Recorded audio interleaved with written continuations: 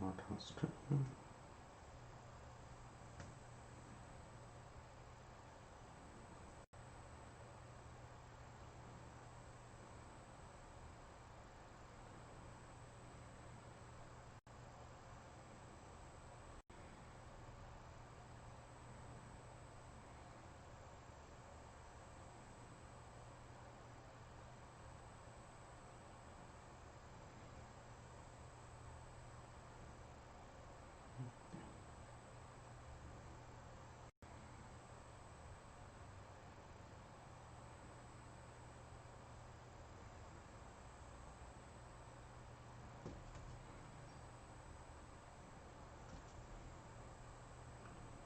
Good morning.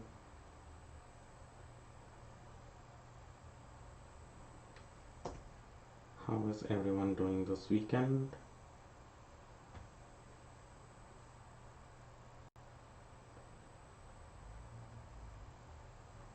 You don't need to hear me twice. Okay.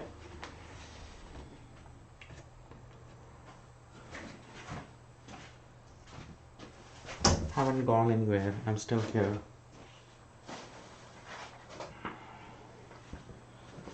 Today I have to add buttons to a lot of mugs. Not a whole lot. It's close to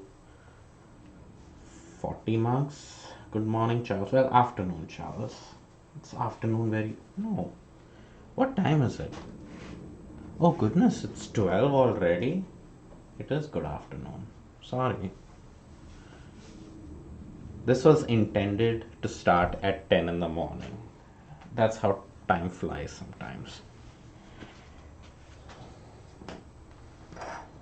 I can't believe it's been so much time has gone by.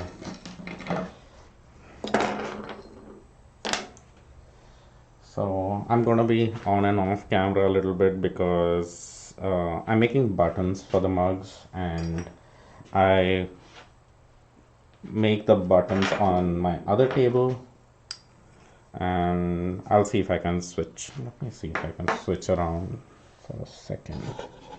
It's going to be too much of a hassle. It took me forever to stick the camera there where it is right now. And I'm not in the mood of struggling with camera angles right now. I just need to get this done. And like I said, this was supposed to be done at 10 this morning, and it's already noon. So I just need to get started on this. My mugs are ready for putting the buttons on, and most of you all have probably seen this a million times before. So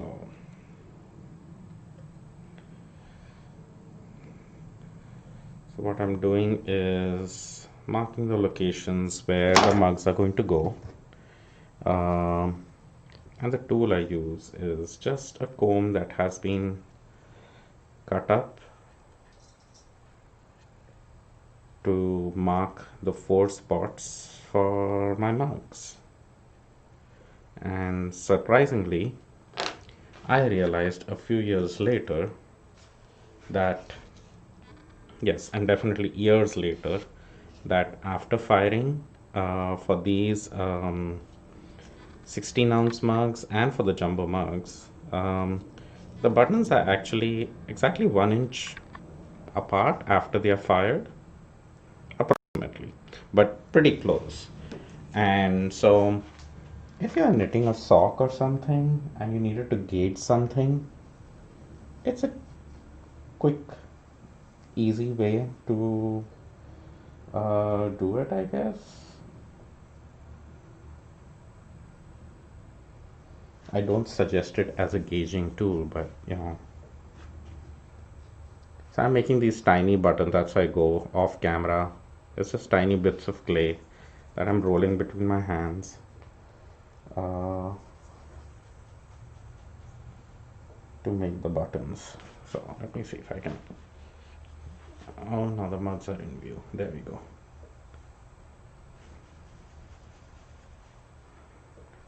So there are four mugs, four buttons each. That's 16 buttons that I need to make. So that's what these are.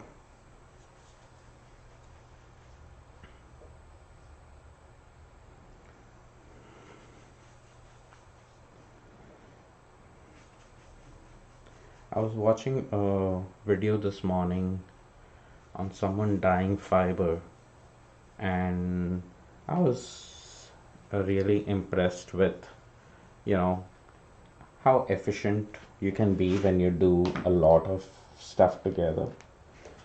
Because even like mugs, right? I have said before too, it's like I said, it's kind of hard for me to make just one mug. It's easier, more efficient, less waste of time and everything if I make several at the same time rather than spending all the time for setup for making just one. And I'm kind of in the stage of dyeing fiber where I'm just doing one or two, and because it's mostly for myself, or I'm just making, dyeing some colors so that I can make a bat out of it or something. So so yeah, that's the way I'm dyeing. But the video I saw was, somebody who dyes fiber for is an indie dyer, and they dye fiber for fiber shows and everything. So instead of one braid, she's dyeing a pound and a three-fourth. I think that's what she said. 7 braids. Yeah,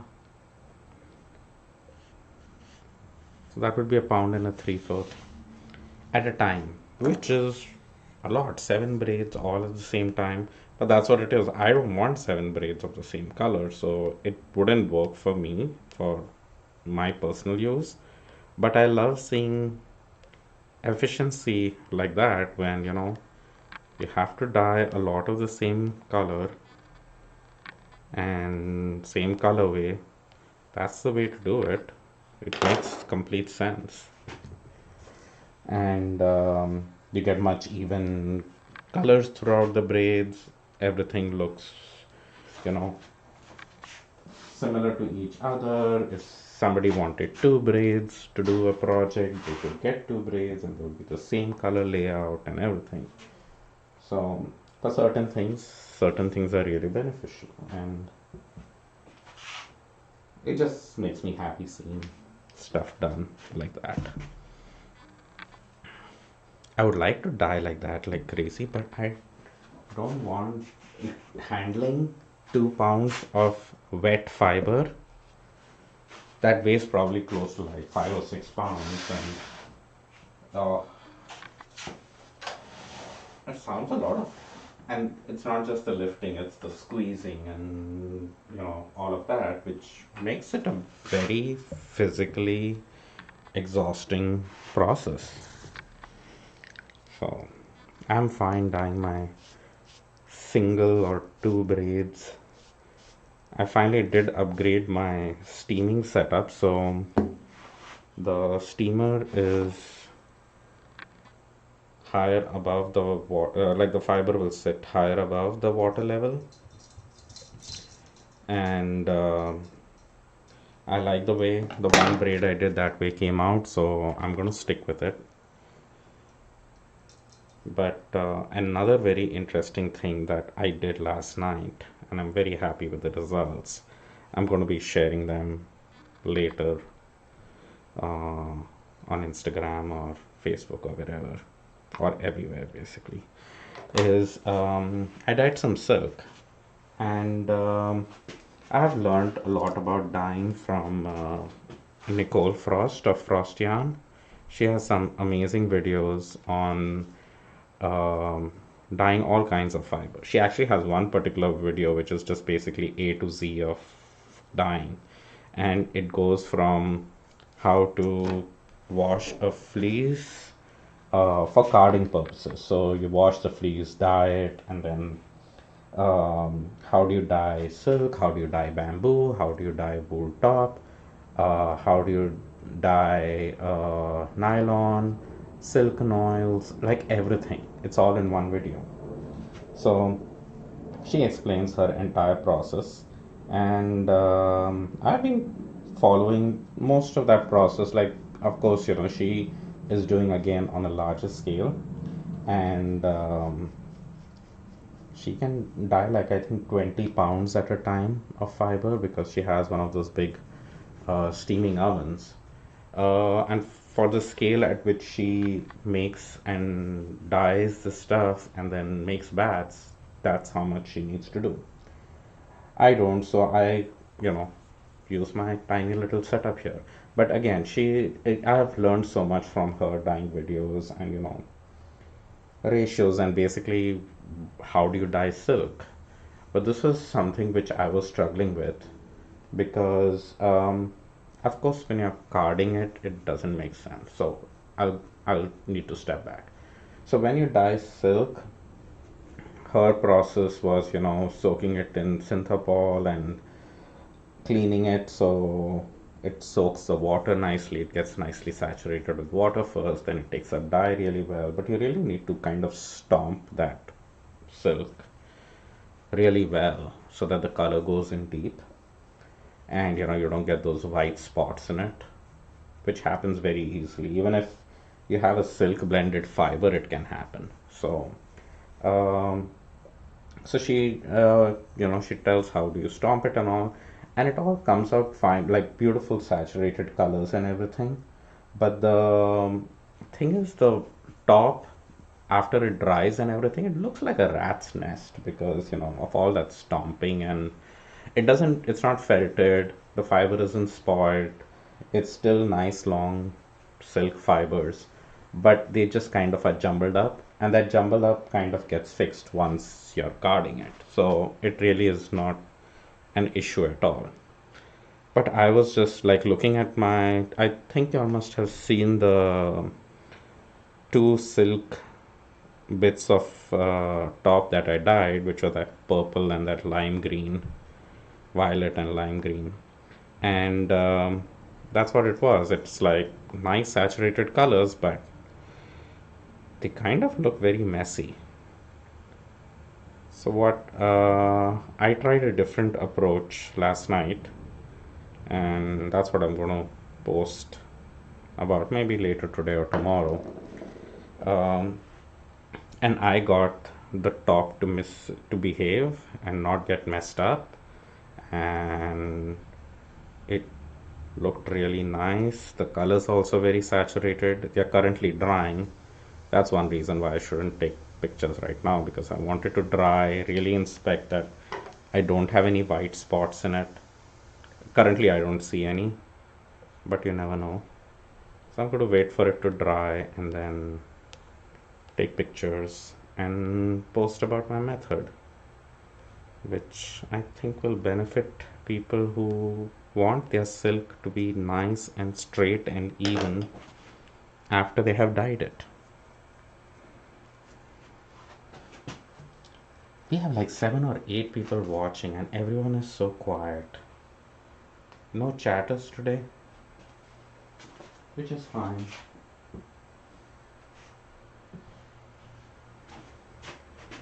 These are all the Alzheimer mugs that are being worked on.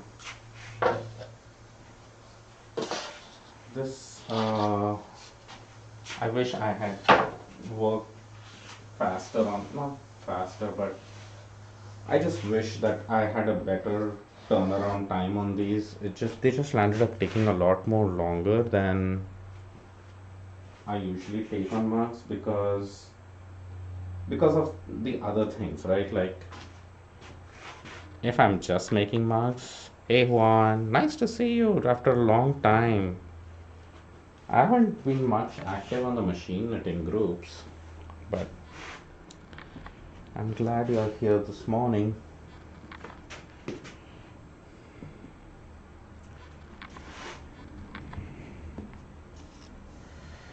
Yes, it's been a long time. You know what I have done, Juan? You'll be so disappointed in me. I have moved my knitting machine away from its setup. It feels so hard even saying it out loud. And it's not because I don't enjoy machine knitting. It's just like right now, I got a new tool which um, I needed room for. Yeah, I saw your post recently that you've been really busy, which is good, you know, and you're packing orders, so that's good. Orders is always a good thing. At least you don't have breakable items, right? But I'm sure you really need to pack it up neatly so it doesn't look like a mess on the other end. So can't take shortcuts. So anyway, yeah, what I landed up getting, you might have seen some of my posts that I got a drum carder for carding fiber and making art bats. So my knitting machine had to be moved. There was no room for having everything there. So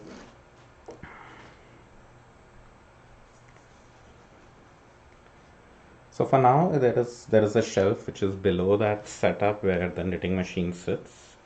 I I'm not using the drum carder every day, but I occasionally keep using it.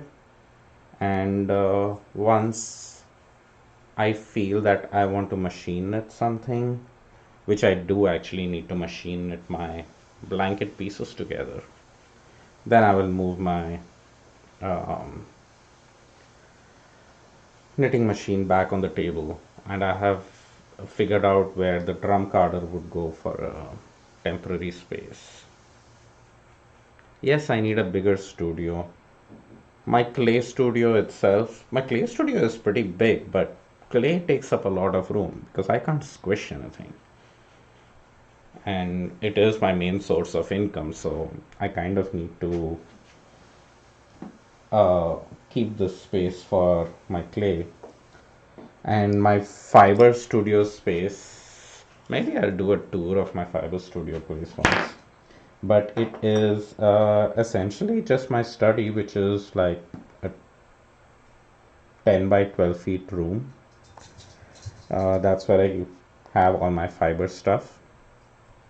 Of course, extra fiber and stuff, some extra cones of yarn, all that stuff does stay in the garage in bins and stuff, but majority of the fiber and stuff that I'm working on and all of that stays there. All my equipment stays there. My wheel, my knitting machine, only the knitting machine that I'm using, which is used the most, which is my mid gauge and my studio standard gauge. So those sit up there, but it's earlier there was a dedicated table for the knitting machine, but that's the table that got uh, moved around for the drum carder now. So for now, it's another hobby, right?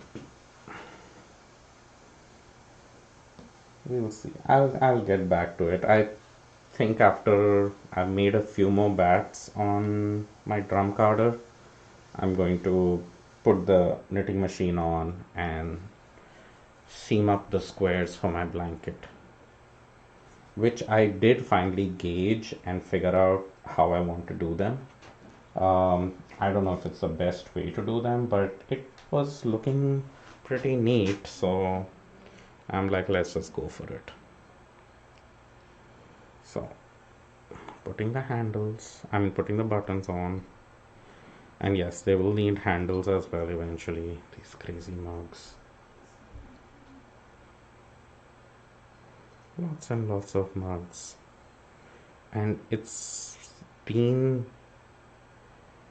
extremely damp out here. You may need to move out of your garage into a larger space. Ooh, a new knitting machine, industrial knitting machine. Wow, that'll be cool. I've just seen like pictures and some short videos of it. Yeah, I don't know if I'll find the best way or whatever. It looks good because I don't think I've even shared pictures, or might have shared pictures way back. But it's essentially these colorful squares, and I plan to join them with black color fingering weight yarn, sock yarn, uh, and stockinette, like six to eight stitches of stockinette, just like a tiny, it'll be like an inch and a half wide between the squares, so it kind of does this blocking kind of look. So what where I got stuck actually was placement, because I was playing around with this idea that where I need every square to go so that the colors, because it's all random scraps of yarn used to make the squares. But I feel random also is a pattern, so I need to find the best location for every square on the blanket. And honestly, there will never be the best location for it because I keep moving it around.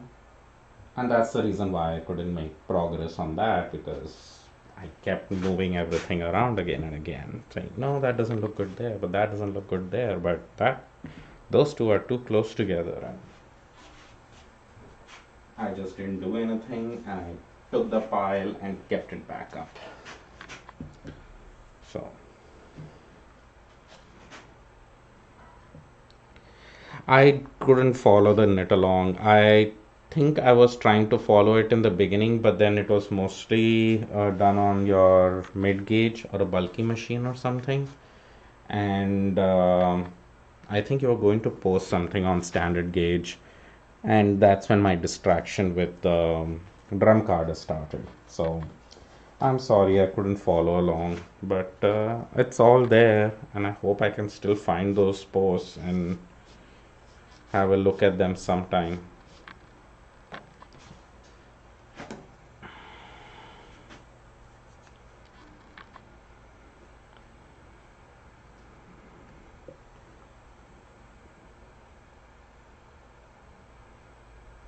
So you this so is that how you join the pieces in the knit along? I have to look now, because if that's the way, then I bet I could pick up a few tricks because I haven't seen it yet.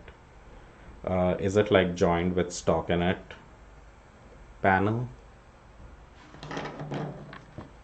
I'm sorry, I'm having a hard time reading because the comments are so further away from me, but I'm trying.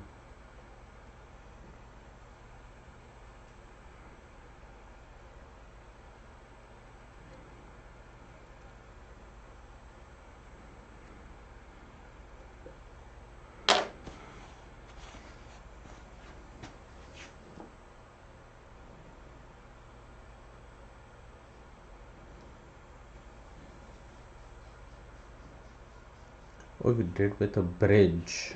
Okay, I don't know what that is, but now I have to look. Can you tag me in that post? Because I know it's gonna take me forever to find anything on Facebook. So once I'm tagged, I can, look at my notifications, and then I'll save the post so that I can go back to it again.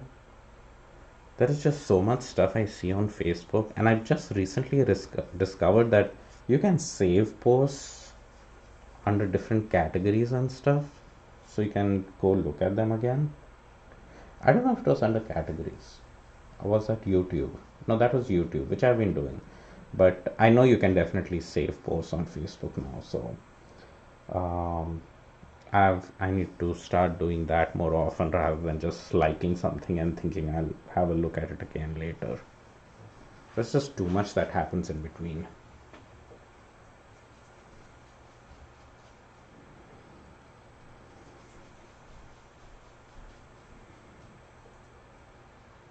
So to my head, a bridge sounds very much like what I was doing is So I was knitting like a row and then attaching the edge of one square to it, and then when I did the other side I would attach the other edge to it, and then based on my gauge and everything, for me what worked best was skipping every fourth stitch of my square and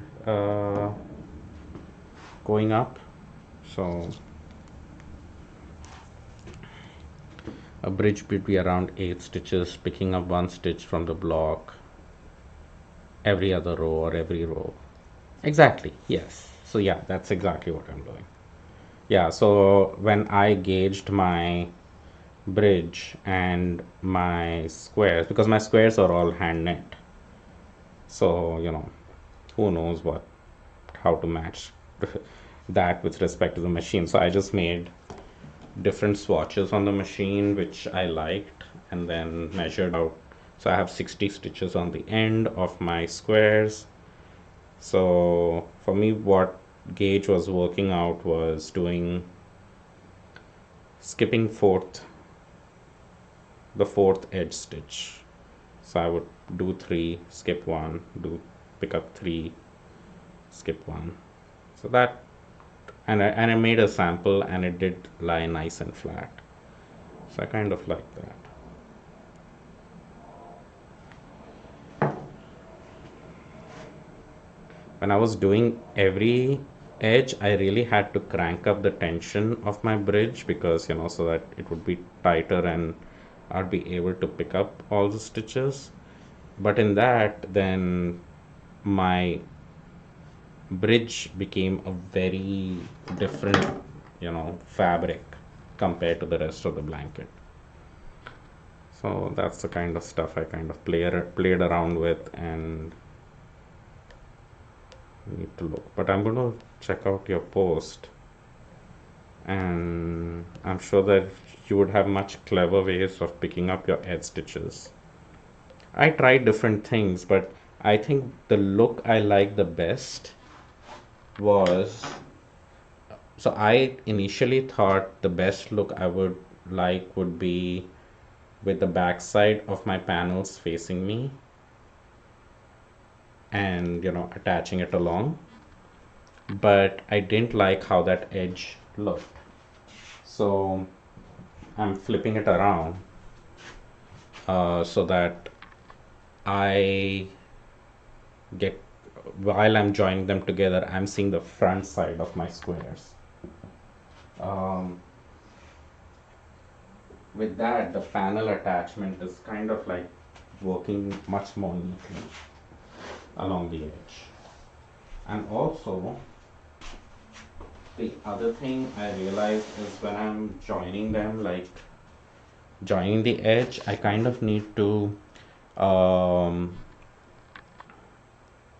hang the edge stitch on the opposite side of where the carriage is. If it's on the same side, it does this weird twisty thing, which again was not looking that nice.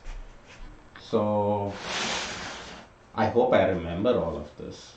Yeah, I did take notes, but the notes need to make sense when I get back to it. Hopefully this video will still be there and I can look at it and refer to it. But good luck finding this video, alright? It's funny I'm talking about machine knitting while doing clay, but I talk about whatever I'm doing, so that's the way things happen around here. You might come in thinking I'm going to be talking about the buttons I'm attaching to the mugs, but that's old news.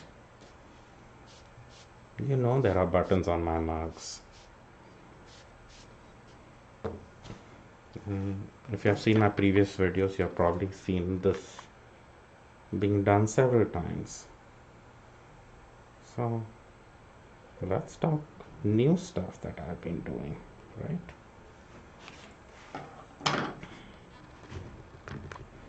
Okay, so that's even to, okay, good. So I'm at least on the right track, so that's good to know. Yeah, I made several swatches. I'm kind of weird like that. Like when I first thought that, oh, I can use the machine for it, it'll be so easy. And then as soon as you sit on the machine and start doing it, you go like, well, but I like this better, or would that be better? Let me test this out, let me test that out.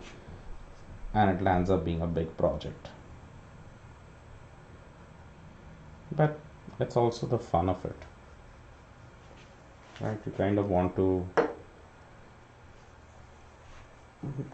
I've spent close to 3 or 4 years making those squares. So it's a lot of labor of love, and now when you finally want to make it into your nice big blanket, it would be nice to do it justice and make it have a nice finished look. So I yeah, I didn't feel like, I thought I would just rush through this real quick. I'd seen some people like uh, crochet seam those squares like this together, and I didn't like that look at all. I mean, on the front it looked fine, but on the back side it just looked like seams all over the piece. Yeah, and this is the one thing which I absolutely uh, miss not hanging out with you, Juan, in your studio, is learning about finishing techniques. Because moving a carriage left to right and right to left, that is pretty simple to do. Once you get your tensions and everything right, and skills like doing short rows and all of that, like you can making fabric, even if it is doing fair isle stuff or whatever, it's kind of the machine takes care of a lot of it by itself. I think the key to the whole thing is really finishing off your pieces properly, because you can make this really amazing fabric with these beautiful patterns and designs on it, but then at the end of it, if you cannot put it together nicely or finish it properly, what's the point? Yeah. Yeah, and like I said, like with the sample I did, it really looked like a very nice seam. Plus, at the same time, since all the squares are done in garter stitch, um, I believe I have, no, and the front side of the blanket would be in stockinette, or would it be in pearl? See, I've forgotten already. But anyway, the pearl bumps kind of look like garter stitch, so it kind of looked like it was matching, so that was neat.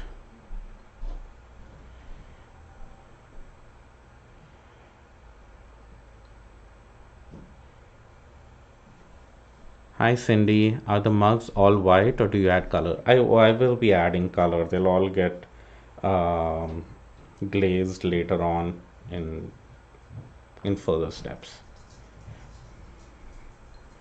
What are you talking about, Intarsia? Oh yeah, I I I got an Intarsia carriage, and I tried out some pieces, and it was just so much fun to do. I have plans for doing a dedicated project with it. Um, it takes a little longer, but not as long as doing it by hand.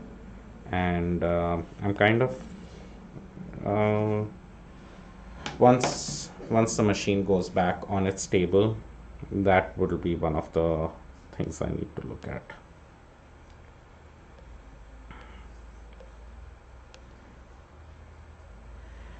Nice chatting with you too, Juan. Hope to catch you soon. And if you remember, please tag me into your machine knitting post where you seam the pieces together, and then I can go have a look at it. Hopefully, I'll be able to find it, but you know. How many ounces? So all my mugs are different, but this particular size, which is my most popular size, this holds 16 ounces. 16 ounces to the brim, so just shy of 16 ounces, but it is my most popular size, and I make another size which is a jumbo size. Here it is, which is, it's not glazed right now, but it is bigger than those. And this one, so you can see it's much bigger than those. This one is 20 ounces. All right, thanks, Juan. So yeah, and then I also make a smaller size than that, which is this one. They are all going to get handles, but this is a smaller size. It gets 3 buttons on it, and this is like around 10 ounces. So lots of different variety for everyone.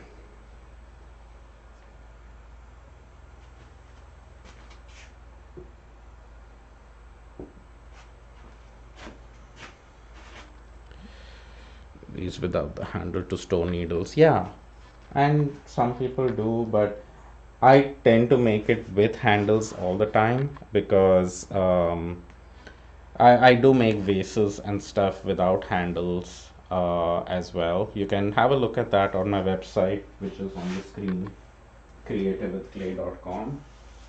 And so I make vases separately, especially for needles. And mugs, I kind of, when I think of mugs, I think of a mug needs a handle, so everything gets a handle. And knitters drink a lot of tea and coffee as well, so they can still enjoy a mug with a knit pattern. Hey Wendy, how are you doing today? And how is the parallel lamp coming along?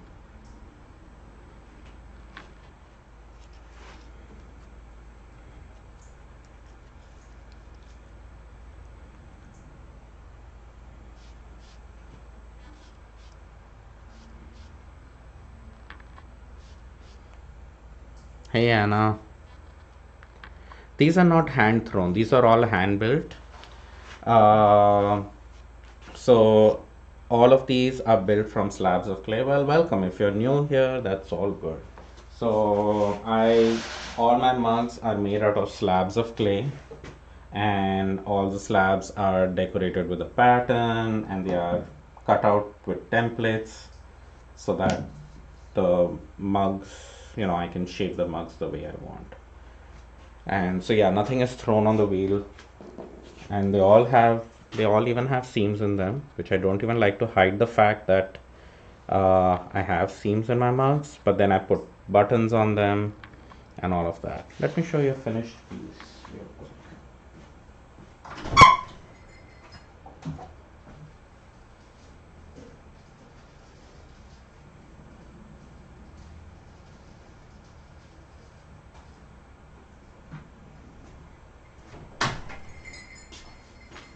It's section 13.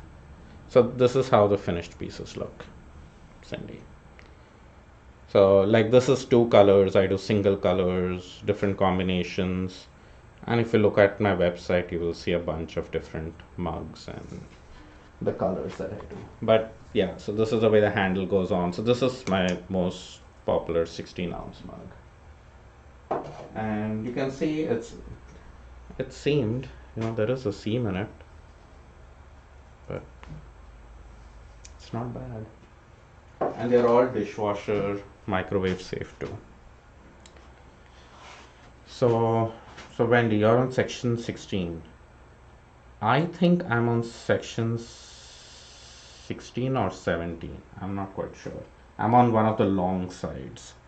I'm not counting sections because I'm not looking at the pattern. I kind of have memorized it with my numbering system, so I just keep knitting along. And yeah, I made some progress last night as well. It's not a well, it's not like I'm traveling anywhere, but we might go out somewhere yesterday. You're only 13. It's still progress, okay? I, that's what I said. I'm 16 or 17. I'm one of those right now. But I'm going to slow down now um, because I'm so the thing I told you, right? I have four yarns that I'm really liking knitting on this shawl, and three of them not so much because they're skinnier yarns, and two plies which I'm not liking that much to knit with. So, and the weird thing is, I should have placed my colors based on, you know, oh, enjoying this yarn, not enjoying this yarn, enjoying this yarn, not enjoying this yarn, and kind of just space it around. But the way I have it is all the four that I really like to knit with come together, and then the three that I don't like to knit with come together. So that's kind of a problem because um, it's like I will speed up with my three ply and four ply yarn, and then when my two ply comes in, I just slow down. There are so many ways to design this shawl based on the yarns you like to knit with, the colors you want. I wonder how Karen is doing, or has she given up? Like, but I like her color choices. It's again not my colors, but I love those colors put together. I think if I were to knit in those colors, I don't think I get bored very quickly because I don't get that big transition of color. But when those colors are all put together, they look so good. That's the reason why I'm thinking that I should knit with all crazy colors and then just over dye the whole thing to make it look that cohesive look which I like. But while knitting, I want really crazy colors. So I'm still leaning towards over dyeing it. Though over dyeing a thing as huge as that is going to be a challenge. We are talking about seven skeins. I don't have a dye pot big enough to hold seven skeins.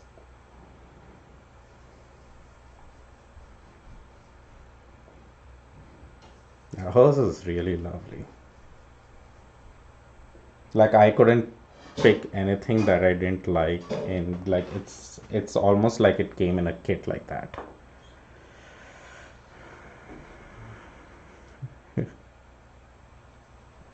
No, I will see.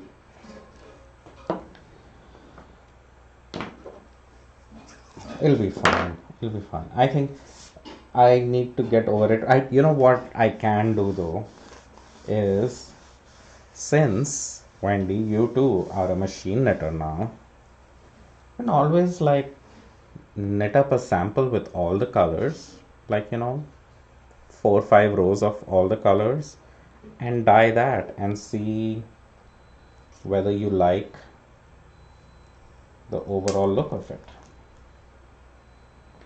And if the color scheme after over dyeing makes sense, then it's fun. Where am I located? I'm located just south of Seattle in Federal Way, Washington. So, where are you at, Cindy? Are you in Washington as well? And are you a clay person or a knitting person?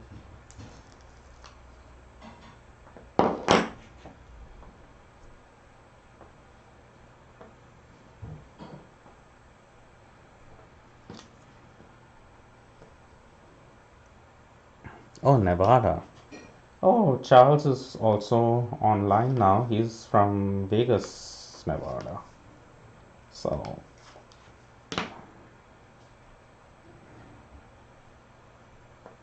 oh, you have been here? Cool. Small world. So, are you a knitter?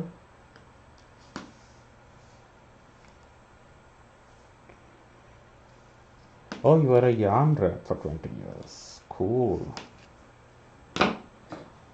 Well, how is the yarn thing going right now? I used to do well.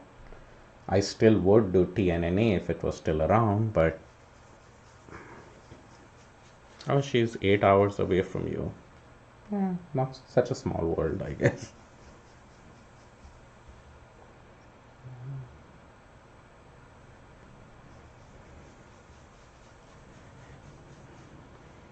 Oh, you sold yarn in the Pacific Northwest? Yeah, cool. Yeah, I got into selling my mugs and everything at yarn shops around 5 years back or so.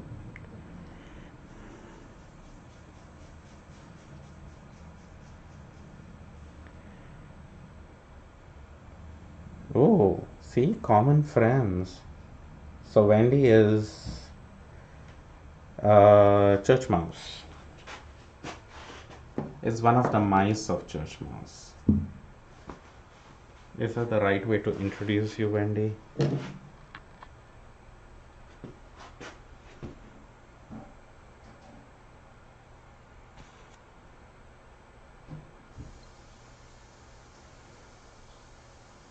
And yes, she was a manager too, so maybe that's where you all met.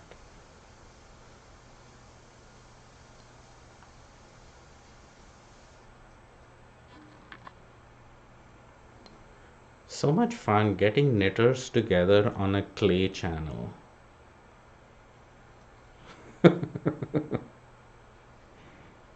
No way, yes way.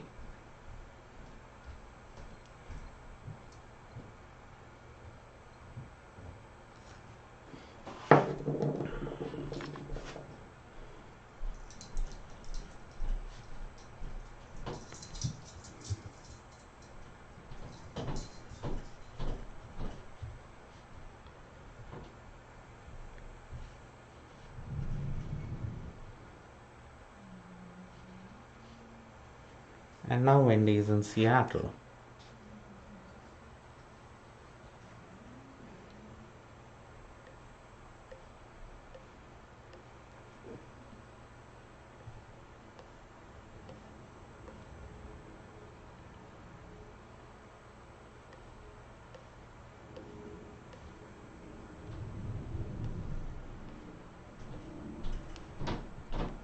Now I'm just going to hear into the conversation because that's getting so interesting.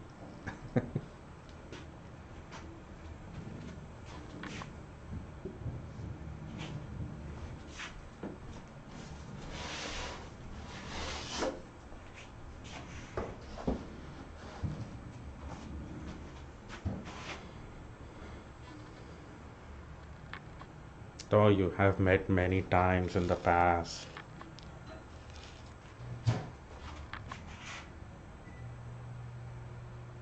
Small, small world.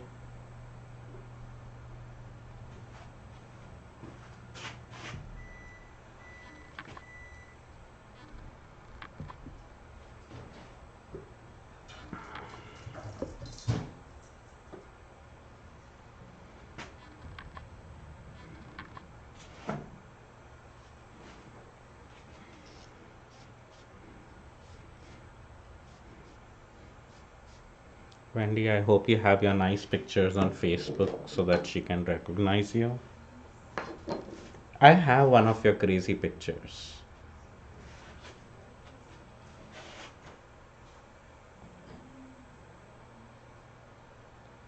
which I think I have shared with you.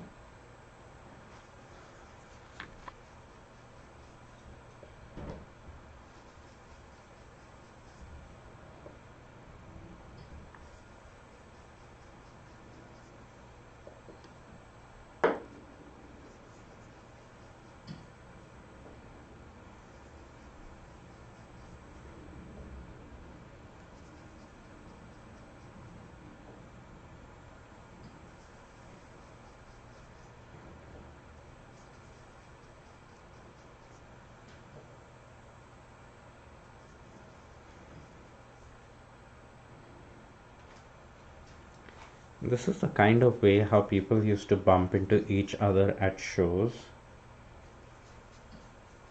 and see each other and go like, "Oh, I haven't seen you in so many years.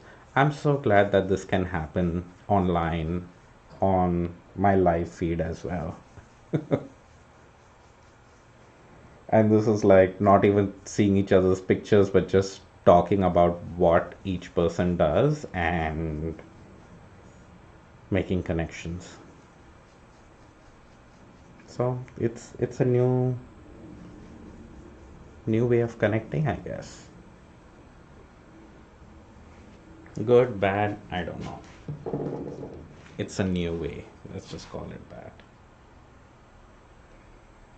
It's what we can do right now, and we are making the most of it, right?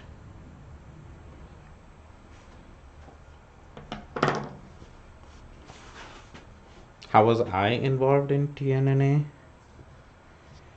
Well, I used to vend there with my pottery. So I used to sell my pottery to yarn shops and stuff there. So I used to have a booth there, and yeah, I had been doing TNNA for the last 5 years, I think. And this year was bad because, you've all signed up for it and everything. I paid my fees, and now it's gone. Not happening. TNNA is done with. So,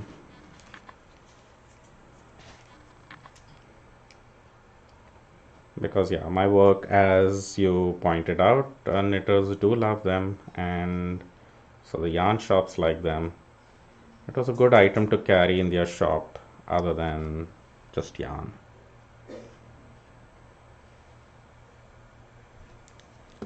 So that's how what my connection with TNNA is. I'm just a vendor.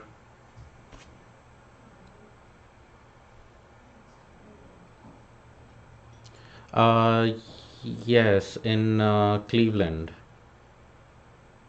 Was it Cleveland or Columbus? Now I'm all confused because when in the last few years that I was doing it, it kept going back and forth between Cleveland and um, Columbus, Ohio. And then one year we also went to Washington, D.C., which was so expensive. But whatever, we did that too. But then most of the time it's been Cleveland or Columbus, and I can't remember the name of the hotel, or it was a convention. The Huntington or Huntington Convention Center in Cleveland or Columbus. I think it's Cleveland. My mind is so fuzzy. I've kind of removed that memory from my head once TNNA just got dissolved, and because it was a big chunk of my business. Sell a lot to yarn shops, but the yarn shops which are eventually opening will happen. Yeah, DC was outrageously expensive, and not just in respect to um, the lodging, the food, and all of that. That was expensive. It wasn't very convenient either. Like that you could just grab stuff from somewhere. It felt like you had to go somewhere to eat something, and it was expensive. And the worst was, and many people got bit by this, was because of their union at the convention center. And it that part just kind of, like, the extra fees they charge for getting your box from the loading dock to your booth, everything was an extra charge, and it was like almost 3 to 4 times higher than what it had been at Ohio. So, and I was actually aware of it because I've done fine art shows in the DC Convention Center, and when I at that time I used to sell mostly to galleries and gift shops, all my pottery. So I have been to that Washington Convention Center, and I know the rules of the union, which are terrible. But in spite of that, I got bitten badly because some things were not clear in the beginning and they changed stuff later on. Oh, you have an online business now? Yeah. Almost everyone is now working towards their online site. So if you didn't have one, it's a good time to have one. And most yarn shops are moving to online only. So, yeah. So those were the 16 ounce mugs, and this, in comparison to that, are the, you can see them both together. So that's a 20 ounce, that's a 16 ounce mug. And again, I make different patterns on them. These are the lace stitch patterns, and if you look closely, I don't know if this will focus, but you can see it actually looks like lace knitting done on it. So yeah, the union rules at the Washington DC Center were just really, really bad. It the cost of shipping my, I just had one box left because I sell my samples at the show because it's so heavy to carry everything. What I bring back is essentially my display stuff, right? And I just had one small of it because I pack pretty compact because I don't want to pay excessive in shipping, right? And what happened was is if I would just ship the package myself, it would have costed me around $50 to get my package home through FedEx, which I was fine with, prepared for. Not 50, $30. It wasn't a very heavy package. So say 50. But and if I was in Ohio, because there is an extra charge, which I'm fine paying because the convention center is kind of taking care of things and organizing with pickups and drop-offs, so you pay a little extra. It would have costed me like $100 to do it. That's also fine because it's the way things work. In DC, they said I could arrange the pickup with FedEx to come and pick up the package at the convention center. So I said, fine, I did that. But so in spite of them not doing anything, it would still end up costing me around $200. Went up higher again. All right, see you, Wendy. So that cost ran up a little further, which I said, okay, fine, it's DC, it's expected. But then what was worse was that they did not let the FedEx people to pick up my package. I had left from the convention center because you can't stay there forever, and I had to catch my flight back. And I had scheduled FedEx to come in and pick up. They just did not let the FedEx people come in to pick up the package. They are like, no.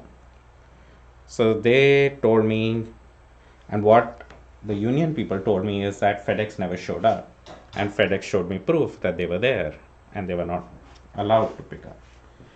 So that kind of sucked. But so now they were going to ship me package on their expense, and it was going to cost me $1,000 to get my box of display stuff. So yeah, that was really bad, and the stuff in there was not worth $1,000. So I kept fighting with them about it, that then I don't even need the package.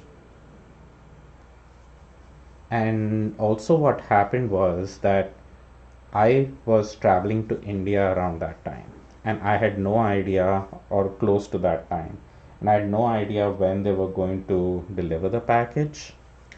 So I said, okay, don't ship it now, ship it a week after, because I still need the display stuff. Even if it's not worth that much, there are some things in this which are specifically done for shows, and it would take me a lot of effort to kind of replicate stuff. So I was like, fine, $1,000 and $1,000, what can I do? So I told them, okay, don't ship it now, ship it after a week. And their response was, that's going to be another $500. So it would cost me $1,500 to get it shipped a week later, because now they wanted to charge me storage fees for every day for one 30-pound box.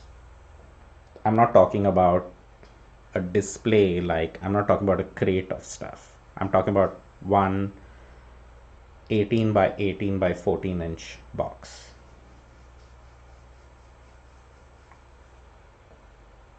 which weighed like 35 pounds.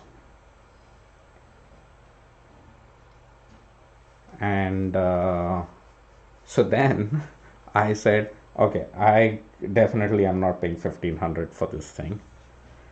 So I told him, okay, fine, charge me $1,000, but now don't ship it to me because I'm not going to be here.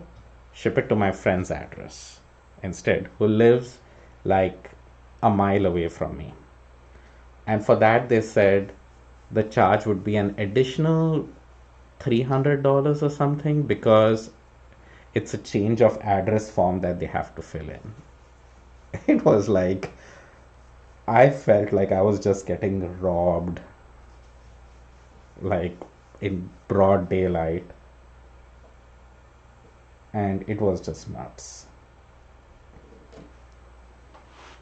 A very bad experience for sure.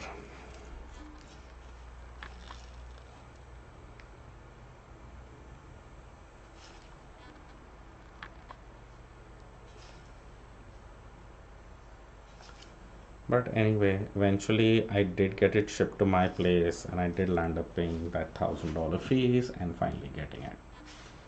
But it wasn't fun at all.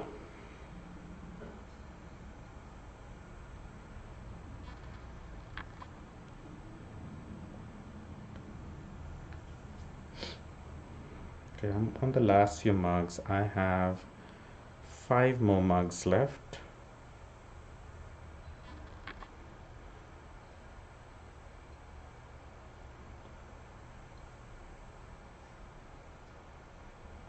What is what? What is your question referring to?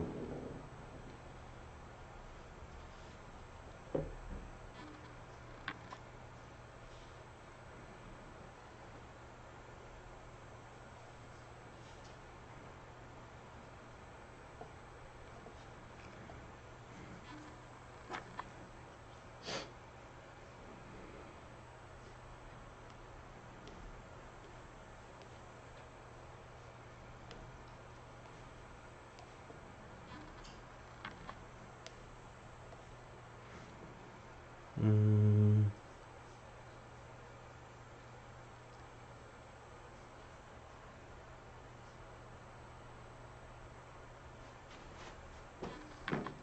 Cornelia, are you still there?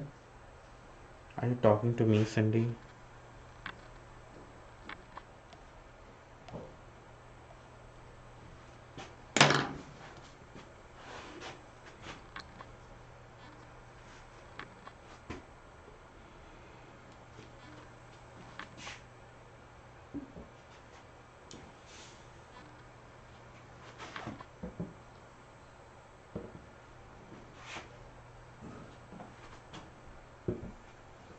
These mugs are getting a little bit on the drier side.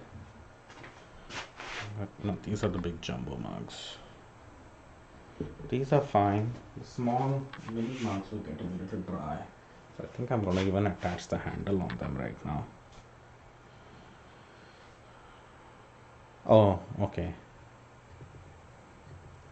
Yeah, there are lots of people who sign in, and because I am a knitter as well, so I have a lot of uh, knitting friends who follow my work. Not because of the knitting, I think, but I don't know, maybe because of the knitting and spinning and all that stuff that I do. But I have the connection with the fiber world through the things that I do. So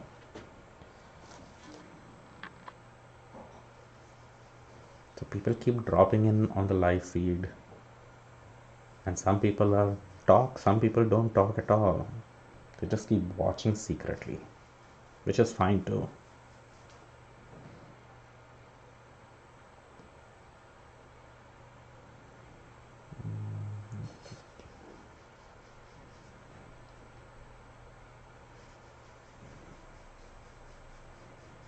It's because of your designs. I guess it is. Hey, and you're crocheting while you're watching. That's cool. I told you we need to do our lunch together on Zoom and realize how sad this thing is. You can crochet and I can knit. How about that if you don't want to do lunch? Anyway, which makes me a little bit, you know, you're a rebel. I remember when the first time when we went to Madrona, Anne and I went together, and she reached there early, and she was the only one uh, crocheting, and everyone else was knitting. And by the time I reached, Anne's reaction was that everyone was giving me the dirty look because I was crocheting out here. What are you knitting? You're knitting with stainless? With stainless, are you talking about the yarn that is steel yarn? Are you talking about your needles?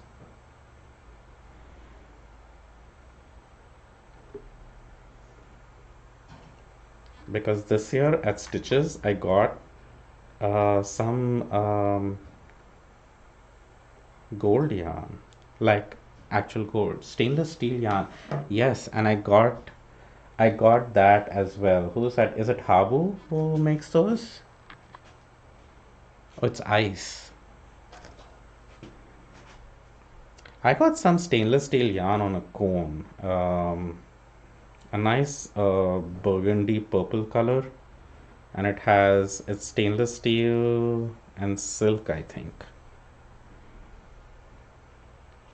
And what are you knitting with it? That's what I'm curious to find out because I was just fascinated with what that yarn was and I got it, but didn't have a project in mind as such.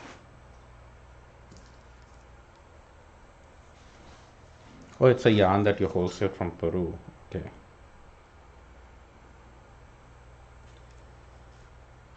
So what are you knitting with that?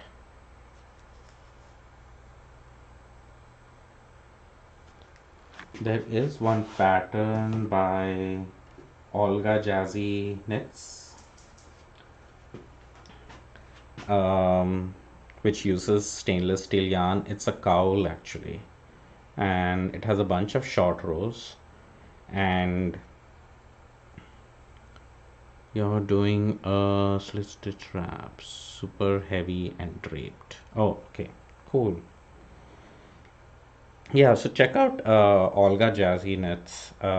She has a cowl which uses like a much finer stainless steel yarn or yarn that has steel in it. And it is short rows, so it kind of makes these mountain peaks because of the short rows. And they keep their shape very well because of the steel in the yarn. And it's almost like a very sculpted look to it, which is pretty neat. So even after you wash it and stuff, it doesn't like kind of fall flat. It maintains its very structural look to it. So that's what I had in mind when I purchased that yarn. I said, yeah, that's the yarn you need for it. Though I haven't knit with it yet.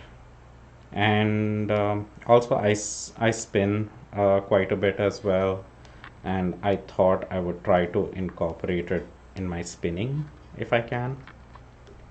So, but I just got it at Stitches West this year, so in February. It hasn't stayed in the stash that long that I need to start feeling bad about it, right? There's still time.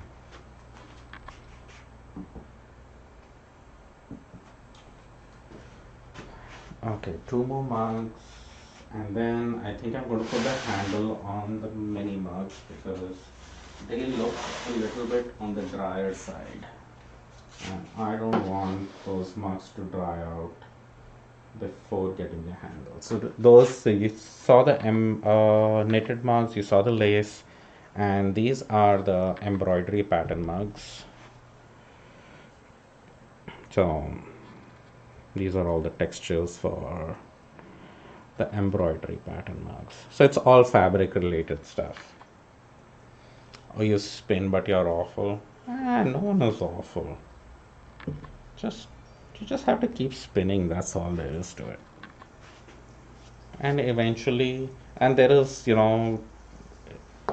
I think spinning is all about making the yarn that you want rather than having a standard like a commercial standard. You don't need to make commercial yarn. You make the yarn that you like to make. Like I see there is a lot of popularity with a two-ply yarn. So many people just do that all the time. I just don't like knitting with two-ply yarn. I keep going back and forth, and I don't like the rounded. Uh, it's the bumps and of a two-ply. I don't like the resulting knitted fabric. When I'm knitting with it, I'm usually just splitting the yarn again and again. So my favorite is three ply or more. I like a nice rounded yarn like that. So so I always spin a three ply, and even though I would like to spin it a little finer, I'll start off with that intention, but very soon I push myself into my default and it lands up being like a worsted weight yarn. That's my that's my default yarn. So yeah, you can see pictures of my yarn, and the thing I really love in spinning is spinning art yarns. Spirals and coils and all that kind of fun stuff.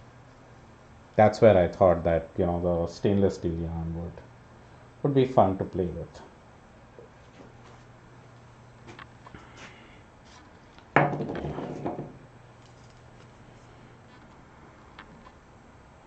What's so funny, Charles? Did I say something hilarious?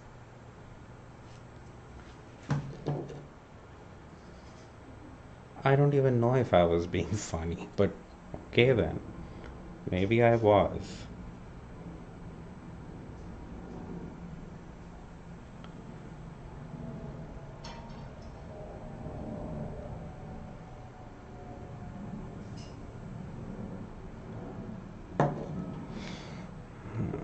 Okay. These are the last two mugs which needed the buttons. And then I'll just put the two handles on the two small mugs because they did look like they were drying up. So let's do that real quick. So spinning teacher. You always said that your spinning teacher gets us into spinning lace weight. Yeah, I have tried spinning it, lace weight yarn, and I always I spin it and I ply it, and it's nice and thin and everything, and then it just sits in my stash because I don't like knitting with it. I think I would like weaving with it. And I have experimented very little with weaving with my hand spun, and I need to do a little bit more of that. That is one of the things which I'm hoping to do during this lockdown period is start working on my loom again, which surprisingly has had a warp on it, half wrapped on it because I ran out of the tension sticks, and it's been more than a year. Yeah, so that's bad. So what I need to do is actually remove that warp. It's a very colorful crochet cotton warp on it, which looks nice, but I'm not in the mood of weaving that, but I would like to weave with some hand spun. So I'm hoping I find something.